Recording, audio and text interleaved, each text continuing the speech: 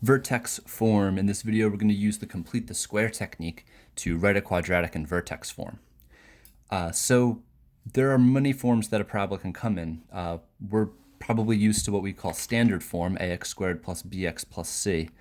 But we also might remember this vertex form from when we were doing the transformations of quadratics, when we were moving a parabola all around the grid.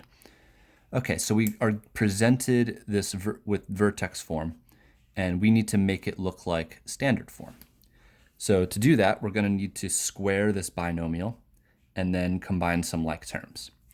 So to square a binomial, we have to realize that this is the binomial being multiplied by itself. So I cannot distribute the squared. I need to write the binomial out next to itself and use the distributive property of multiplication. So we'll have y equals x plus 3 times x plus 3 minus 11. So squared means multiplied by itself, so I'm multiplying the binomial by itself. Then y is equal to, we will distribute x times x is x squared, x times 3 is 3x. That's these two. Then I have to do this 3. 3 times x is 3x, and 3 times 3 is 9. And then I'll bring down my minus 11.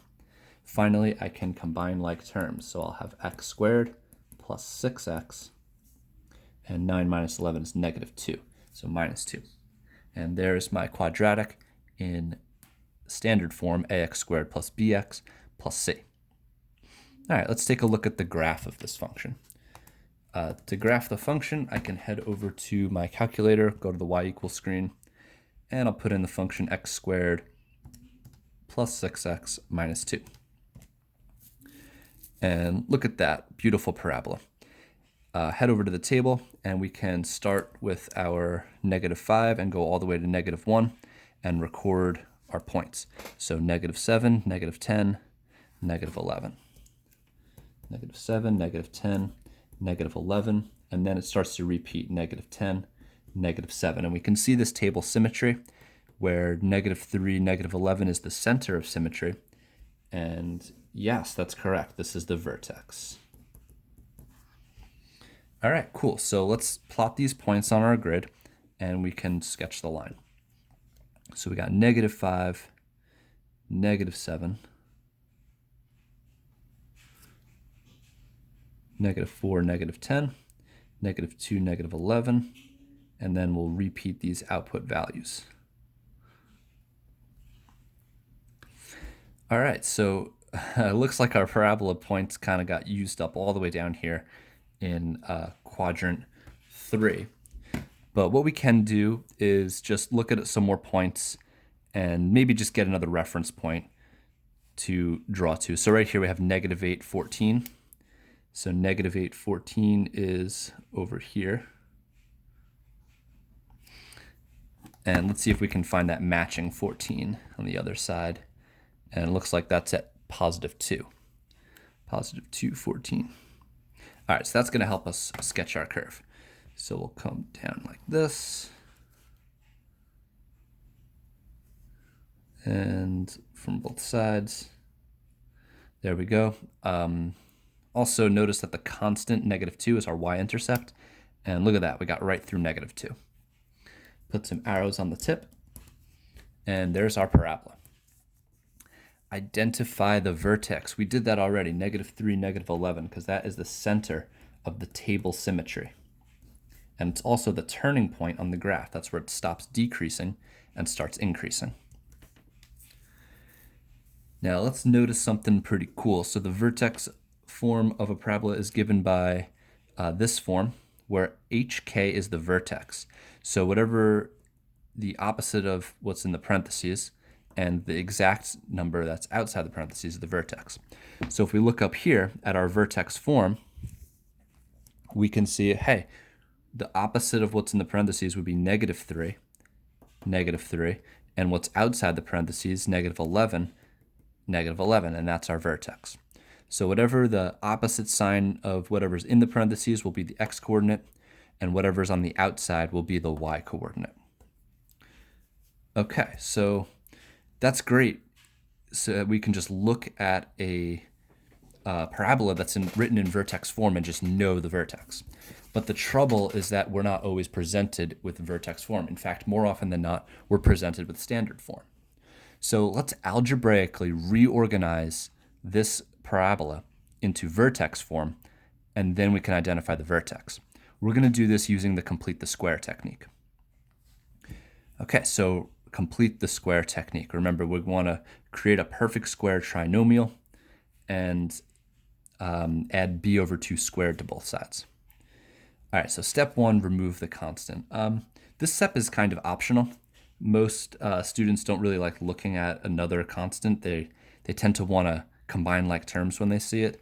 So I usually recommend that we just move that constant to the other side to begin with. So y minus 5 is equal to x squared minus 6x. Okay, so here we subtract 5s. Add b over 2 squared to both sides. So my b term is this negative 6. So I'm going to do negative 6 over 2 squared, which would be negative 3 squared, which is 9. So I got to add 9 to both sides. So y minus 5 plus 9 is equal to x squared minus 6x plus 9. Now I've created a perfect square trinomial. I can rewrite this trinomial as a binomial squared. And remember, the trick to going in parentheses is whatever half of b was. Over here, negative 6 divided by 2 is negative 3. So when we did b over 2, we got negative 3. Right, there was an intermediate step there. It was negative 6 over 2. And that's equal to negative 3.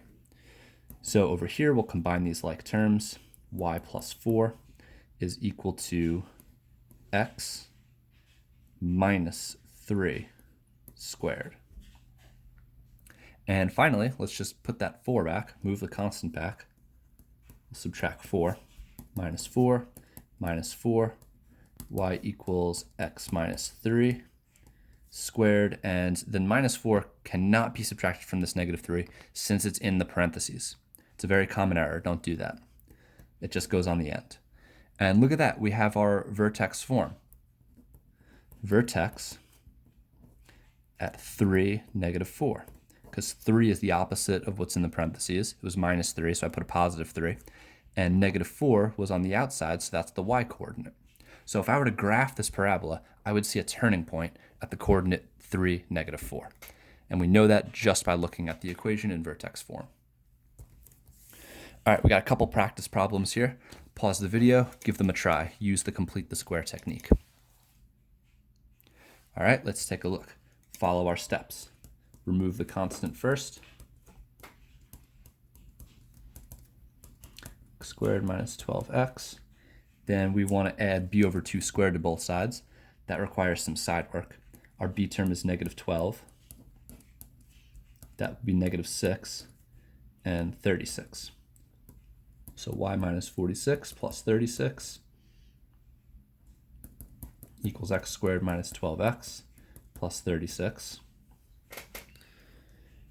From here we can combine like terms. We'll have y minus 10 equals half of b was negative 6, so I'll have x minus 6. And then I'll add the 10.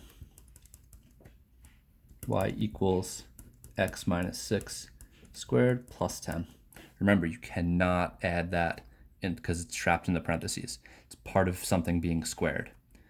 And order of operations says you're going to have to square before you can add.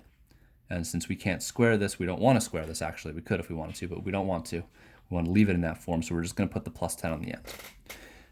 Identify the vertex. So the vertex is going to be at 6, 10. All right, number 2. Let's get rid of the 33. Y minus 33 is equal to x squared plus 10x. Let's do b over 2 squared, so 10 divided by 2 squared. It's going to be 5 squared. It's going to be 25. So I got to add 25 to both sides.